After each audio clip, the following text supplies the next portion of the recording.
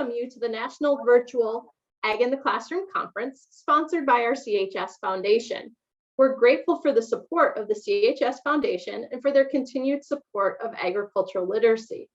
We're glad that you can be a part of this. We encourage you to stay for each session, but remember, the sessions are recorded and will be available for you on our National Ag in the Classroom website later this week. This is the secondary track, and you can use the link provided to flip back and forth between each session.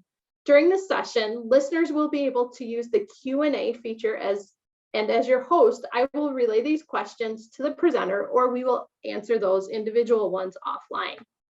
Please follow up with the National Ag in the Classroom program later this week, as you will receive an evaluation for the program. This helps us support you in the future and also provide you with information for upcoming conferences. So first, I'd like to introduce you to our next speaker. This is John Culpepper from Seed to Soil, Creating a School Composter.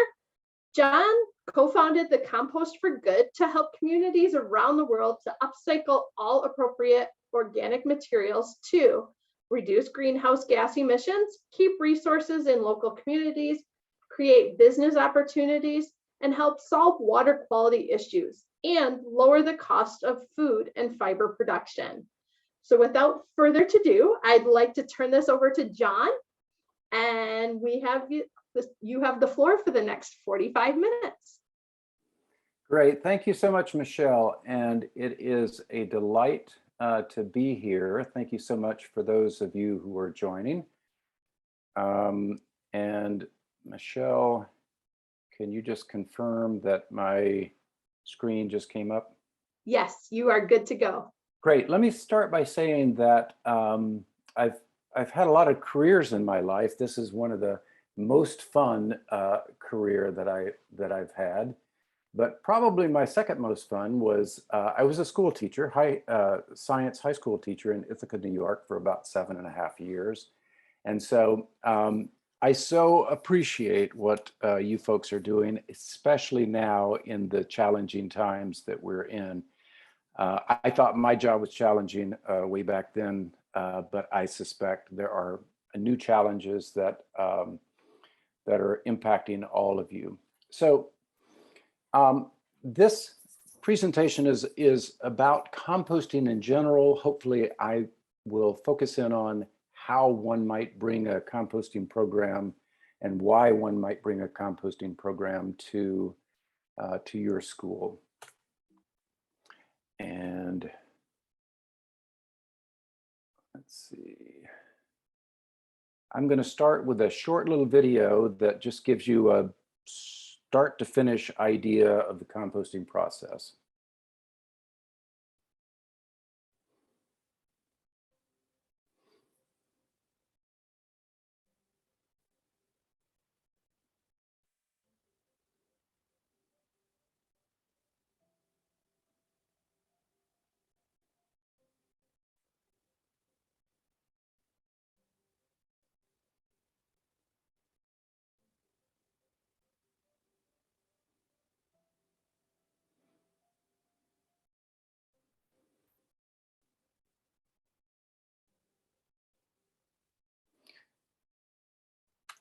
So I'm going to skip there. The contact information on that last slide you'll have at the end of the program. And in addition, I'm going to submit this presentation along with the two worksheets, the two workshop worksheets that we did for the participants down in Saratoga Springs.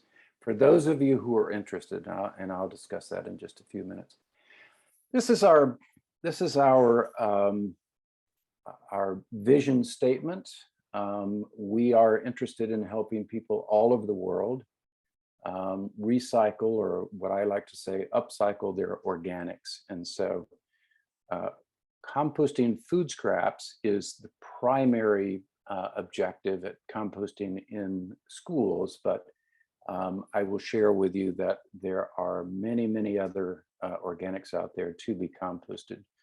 So this is a sense of who we are. We're three people passionate about composting. in the Adirondacks, and we work with people all over in the business world, in the educational world, in the farming world, in the regulatory world. While we are primarily focused on New York State, we have worked with lots and lots of people. I would like to convince you that, or try to convince you that when you look at our food system, there's something broken about that food system. We typically think of our food system in a linear fashion like this. And I would like to try to convince you that it would be much, much better to think about our food system in a different way. An enormous amount of resources are spent producing food. An enormous amount of plant nutrients get imported to the place where the food was produced, but oftentimes those nutrients that are contained in the food that we eat are then treated as trash or as waste, and that has got to change. And there are some very, very good reasons why it would be a good thing if it did change. This is how I think about compost role in building a resilient food system.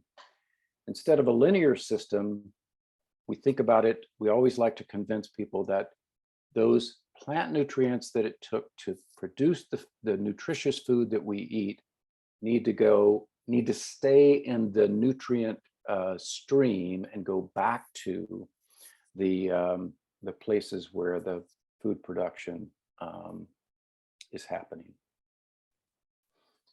So this is a basic composting 101, and I apologize if you already know this information, but the way I think about it is there are three primary categories to upcycling any kind of organic. One that utilizes oxygen microbes, or microbes that respond well in the presence of oxygen. That's called aerobic decomposition. Anaerobic decomposition is that which uses microbes that exist in the absence of oxygen. This is actually going like gangbusters in the United States right now, in fact, all over the world. This is how a lot of food to energy programs work. They work through an anaerobic process whereby the methane that's produced in this process is burned to create electricity, and then that electricity is fed back into the grid. Lastly, it is fairly popular in some places to process organics through worms or insects. Vermicomposting is something you've probably heard of, but there are a lot of different kinds of insects that can upcycle organics. At Compost for Good, we focus at the community scale and always with aerobic decomposition. And the way I define community scale is anywhere from 50 people to 5,000 people. We are not focused on the home composter, although I'm going to talk a little bit about that, small composting operations, nor are we focused on the really, really big industrial commercial processes. So what is organic material?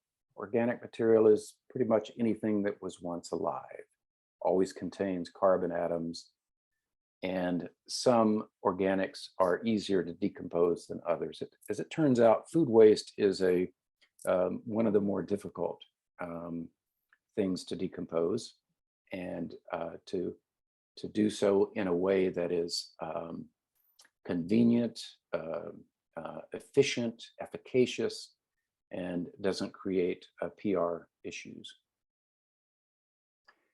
So in our world, we think about organics as the feedstock that you're trying to get the plant nutrients from. That feedstock always has to be mixed with a carbon bulking material. in the right recipe, in the right ratio, in order for the microbes that do all the work to be happy. That carbon material does a lot more, but if you don't have a ratio, a recipe that works for the microbes, then you're not going to get a good composting process. Feedstock, always high in nitrogen. Carbon material can be all sorts of things. This is just a smattering of what carbon material is out there. I'm working with a group down in Belize right now, and they have a lot of seagrass, sorghum, that they want to use as a carbon bulking material. Not sure how that's going to work, but a lot of material out there. Examples of organics that can be composted or feedstocks that can be composted. All of you are familiar with food waste. Yard debris happens to be the most common organic that is composted in this country. But there are a lot of things, and we try to help people understand that there are a lot of other organics out there that that can and are being composted. I'll draw your attention to the next to the last bullet there, natural organic reduction. I apologize if this offends anyone, but there are now 3 states in the United States where composting human remains is legal. And in Washington State, they are making great progress at respectfully and efficiently composting human remains. And you might be surprised, but there is a huge demand for this. New York State has a bill in the legislature, actually has passed the legislature, waiting for the governor to sign. If she signs it, that'll be the 4th state where composting human remains is legal. But I assure you, more states are going to be coming on board. All states? No, probably not, but more states. And lastly, human waste. Human waste has been composted for centuries, many centuries. In the United States, when I was a little boy, I can remember buying bags of a fertilizer called mill organite. Mill organite is made from Milwaukee's human waste, sterile, a good fertilizer, and I think it's still on the market. We have done quite a bit of work with extracting plant nutrients from diverted human urine. This may sound weird to you, but there are researchers all over the world who are trying to extract nitrogen and phosphorus, potassium and micronutrients from human urine. Turns out that that what we excrete, most of the plant nutrients in what we excrete is found in the urine. Urine is very easy to process. It's very easy to store. It's very easy to divert. It's very easy to get those plant nutrients out. We believe, because I've been in contact with researchers all over the world, that we're the only group in the world who has thought to actually compost diverted human urine. Most every other research group is finding ways to pull those plant nutrients out and put those nutrients in a granular form for use in the existing agricultural equipment. But there are great benefits to upcycling diverted human urine through a high temperature composting regimen.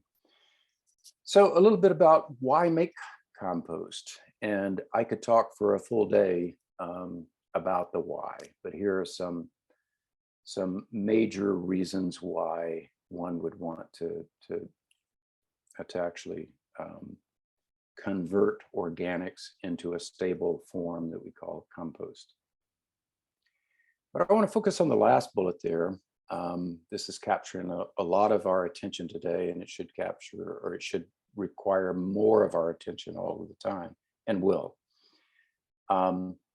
When coupled with good land management practices, soils can draw an enormous amount of carbon from the atmosphere. A lot of information on this slide, so I'll just direct us down to the last bullet point there. Not only, well, I'll actually start with the first bullet point. By keeping organics out of the landfill, you keep methane production from happening. When you bury organics in a oxygen free environment, then you create not compost, but you create you encourage microbes that actually through their metabolism produce methane. Methane, as you probably know, is, according to the US EPA, anywhere from 32 to, and now estimates are taking it as high as 60 times more more harmful as a greenhouse gas than carbon dioxide. It's a shorter greenhouse gas. In other words, its retention time is shorter, but it is still something that we need to prevent from happening in the first place. But if compost in what we call a biologically complete form is incorporated into production soils, then those soils can go from being a carbon producer to becoming a carbon sink. Many of you probably know that our oceans are the largest carbon sink on the planet, but likely very few of you realize soils are the second largest carbon sink on the planet. And the reason why is complicated. Let me go back a little bit. Complicated, but it involves the big star that it involves is mycorrhizal fungi. I'm looking out my window right now, and I'm looking at a forest. And if I were able to quantify all of the biomass, above ground biomass in this view that I'm looking at, I can assure you that what biomass is underneath the ground is many, many times greater. In other words, what I'm looking at is swamped biomass-wise by the amount of biomass under the ground. And I'm not talking about just plant roots, although carbon is stored in plant roots, but I'm talking about something that amplifies those plant roots, and that is mycorrhizal fungi. Mycorrhizal fungi, the amount of biomass and therefore carbon stored in mycorrhizal fungi is enormous, both in the living and the dead fractions of those fungi. Aerobic decomposition can happen in lots of different ways, but typically involves what we call a thermophilic stage or primary phase, and then a secondary phase. And so most of you who have some knowledge of compost understand that if you mix organics in the right ratios, that material will heat up. And that material will heat up because of the microbes involved. And that's an important step. But the real magic happens in the secondary phase when larger organisms come into play, typically fungi and other organisms. So a lot of information on this slide, but that first number there, which is 7.5 times 10 to the 18th, is an estimate of the number of grains of sand on planet Earth. So if you think about all the beaches in the world, all the beaches on the planet, if you were able to quantify the number of grains of sand, that's a number that that is corroborated by several other research groups. Now, my question is, who has time to work on problems like this? Well, if you go and look, a number of research groups do try to calculate odd numbers like this. We produce or have come up with plans for a composter that's and I'll show you this in just a minute, 4 foot in diameter by 20 foot long. According to my estimate, there are twice as many microbes in that composter at any point in time than there are grains of sand on planet Earth. Now, each one of those microbes is metabolizing simple sugars, and each little microbe is producing a teeny little amount of thermal energy. But when you add all those microbes up, you get this enormous amount of thermal energy. And that's why compost heats up. Different types of composting processes yield different results. Hot compost is what most of us are familiar with, but cooler, there are ways to decompose organic material through cooler processes. It takes a lot longer, but it doesn't mean that it's any less valuable. Both processes can create really good compost. So I want to go through some common composting systems used at schools. Here's my daughter, Katie, at North Country School, Camp Treetops, where she and I both worked for a number of years. And this is a 3-bin system made with wood pallets, very simple and easy to build. Once I put this in PDF form, and if you're interested, you can access this and you can look at Katie's video there, and another really good video that I found online.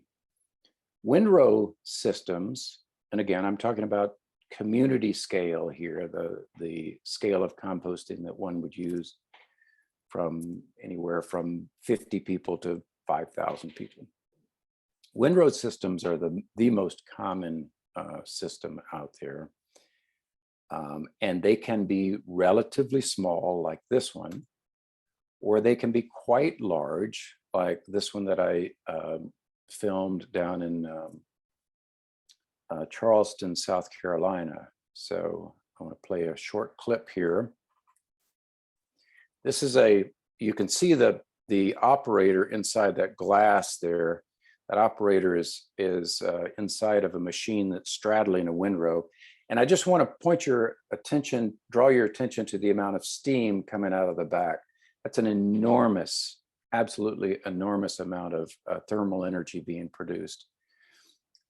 Bin and bay systems are quite common, and they can take on lots and lots of different kinds of shapes. This is one. This is one that I built, again, on the North Country School Camp Treetops campus, made of straw bales. And this one is about 12 feet wide by 20 feet long.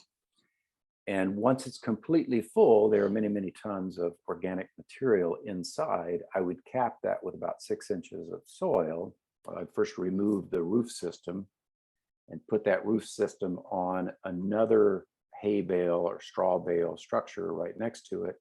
And then I would cap the original one and let the whole darn thing rot down.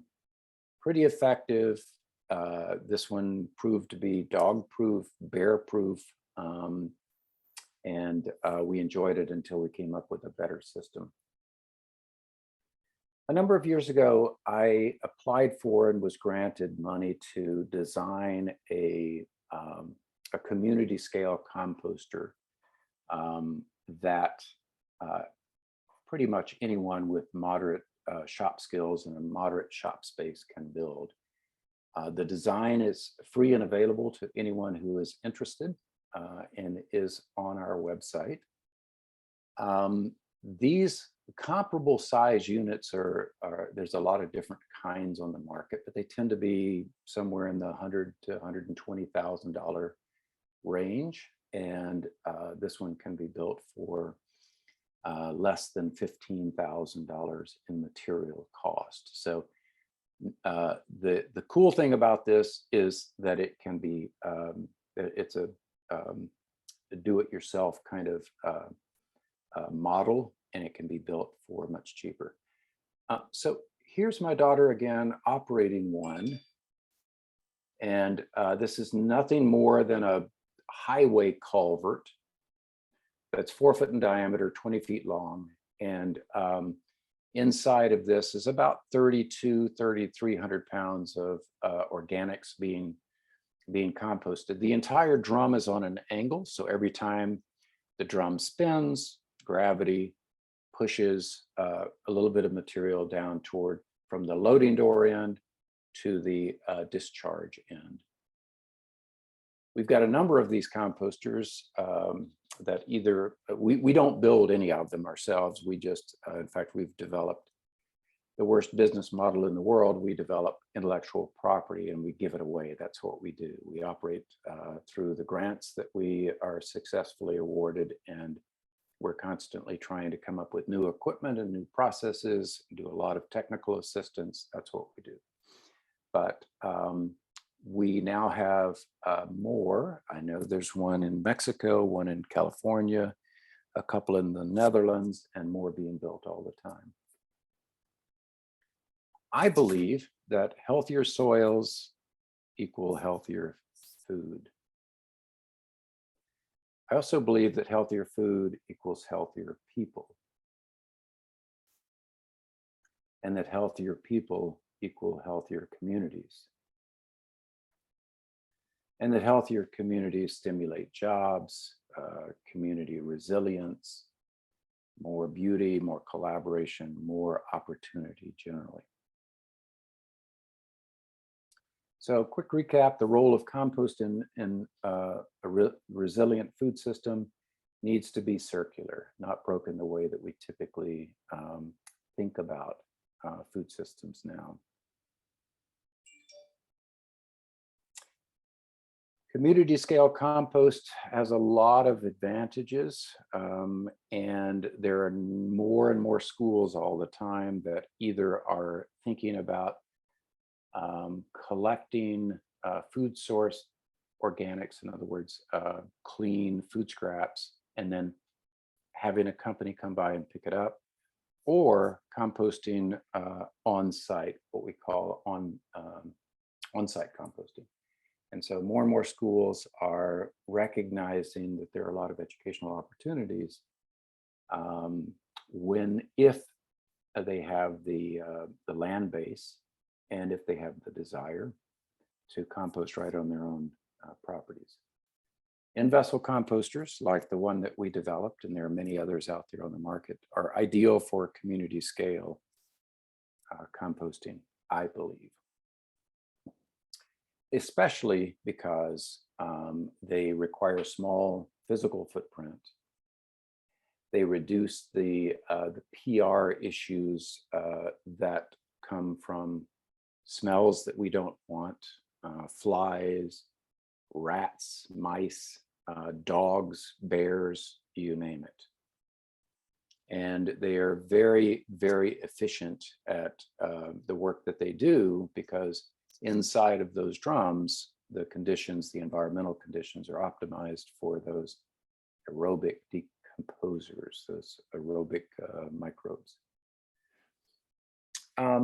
I'm going to steal a little bit from a colleague of mine who works at Pingree School in New Jersey. She put a deep sea data logger tied to a wiffle ball inside of her composter, and this is a picture inside of her composter to the left, and she was tracking temperature data with that data logger. There's a picture of that data logger there. That happens to be a hobo data logger, and it's about 3 inches long, I guess, and it's designed to withstand some pretty physically demanding environments, and has worked just fine. I've used 2 data loggers at the North Country School Camp Treetops, where I worked for many, many years, and have produced lots and lots and lots of data from that. This is a simple graph with no temperature numbers on there, just showing the difference between the relative differences between the temperature inside the drum and the ambient temperature outside the drum. So a lot of science involved in potential science activities involved here, a lot of potential math activities involved in something like this. Again, stealing from the work that was done at the Pingree School, they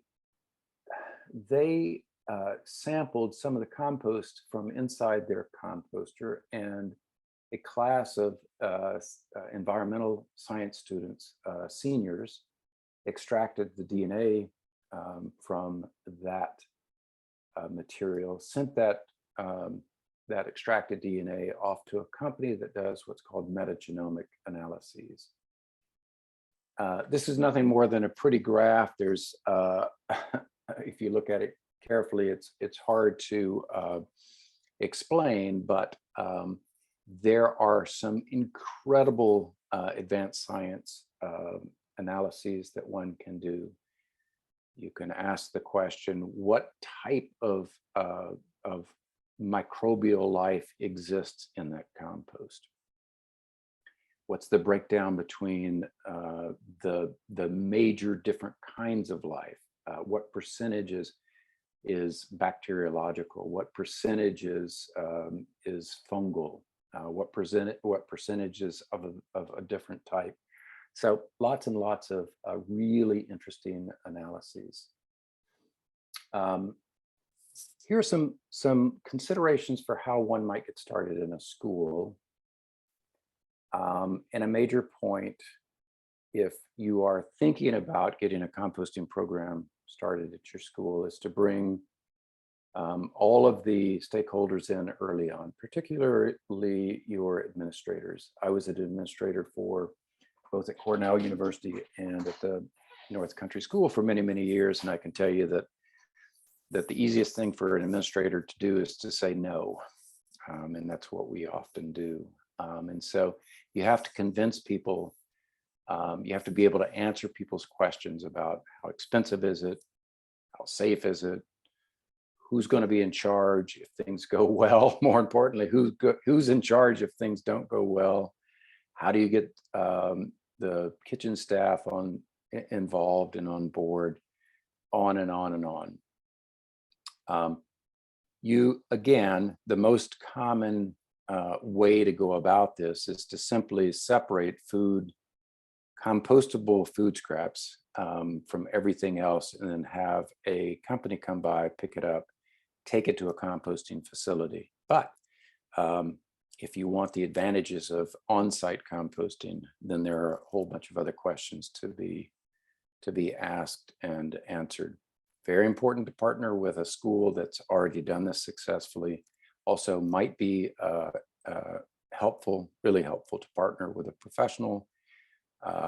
Compost for Good, we take calls from all over the country and elsewhere about how one goes about composting. And by the way, community scale composting, I should have mentioned this earlier, I think I forgot. We're talking about everything coming out of the kitchen, front of the house and back of the house. Meat scraps, dairy, bones, you name it. All of that is good feedstock and can be composted. The easiest thing to do is to simply separate just the vegetative material out, compost that if you want to get started with some simple process. But all of that material can be composted. I'm going to again provide PDFs of the two work sessions that we had at our Saratoga Springs presentation. One is how to conduct a food scraps audit. So if you're interested, you can download that PDF, and it walks you through how to go about that. And another, what I called an in-seat activity, one math related and one exercise to highlight some of the environmental or other reasons why one might want to bring a composting program to your school. Contact information is here. We've got a very active, evolving website. where there's lots and lots of good information there. And hopefully I have left lots and lots of time for questions. I believe that I have. So I'm going to stop sharing here.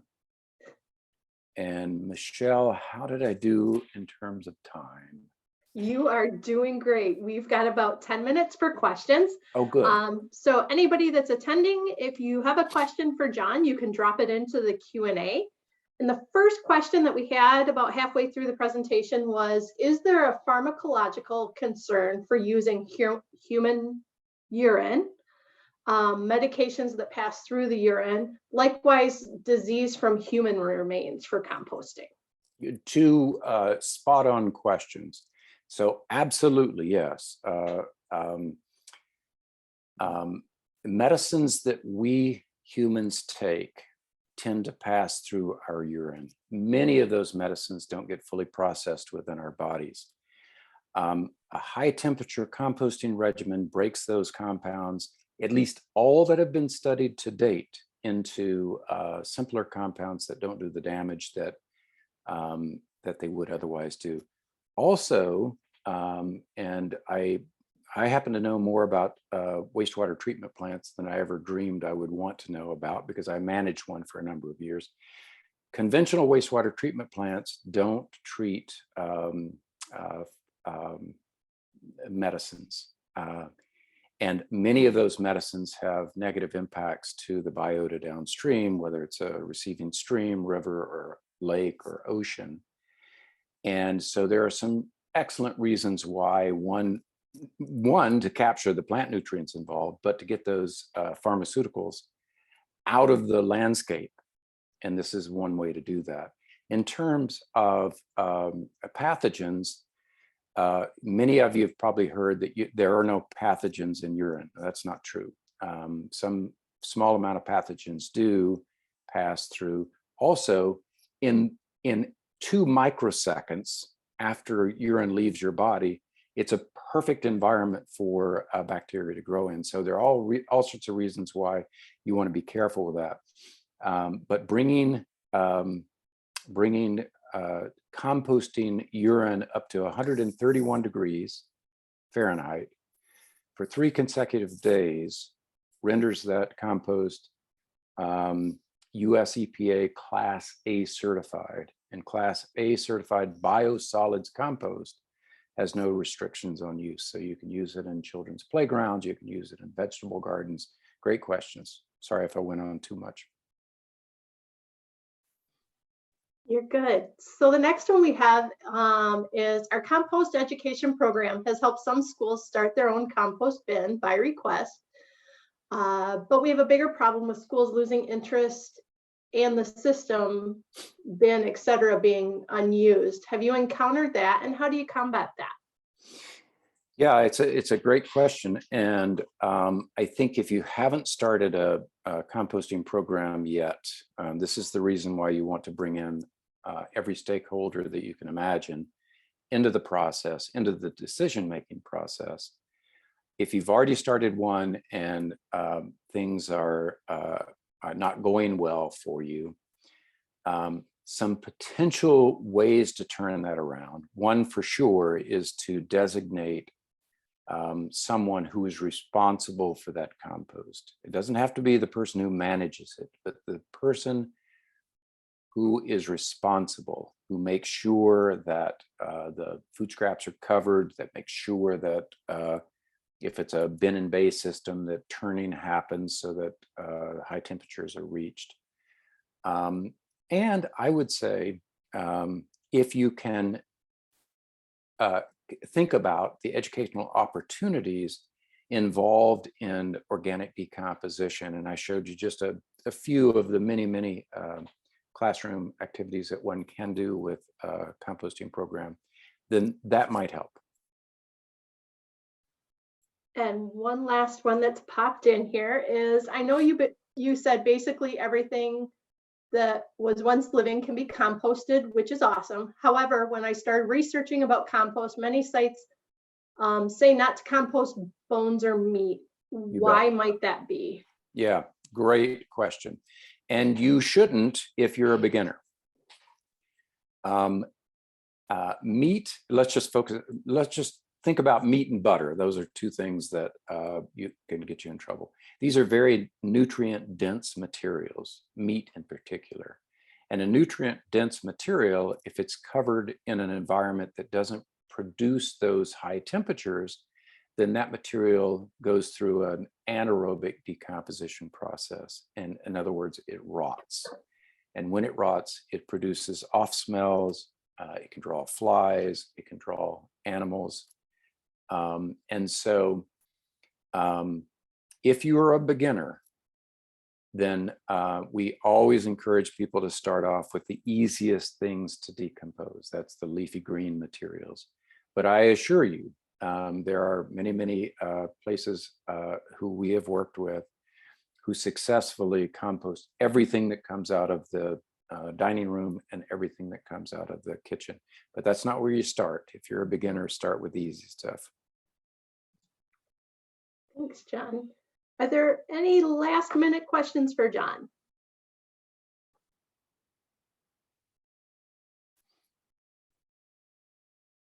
Okay, so I want to thank John again for being one of our speakers today and the outstanding presentation. I know I took a lot away from it, and hopefully you did as well. Our next presentation will begin promptly at the top of the hour. You can watch this, the secondary track, or you can use the other link to attend the elementary track. We will again be sending out a survey at the end of the week, and we appreciate your time. He is going to be sharing his resources with us, so those will be available at the end of the week on the National Ag in the Classroom website. Again, thanks to John and the committee. We appreciate your time, and we look forward to seeing everybody at the top of the hour for our next session, which is Source Sleuth, investigating credible sources about beef. So thank you, everyone. Thank you, John. Thank you, everyone. We appreciate your time. You bet.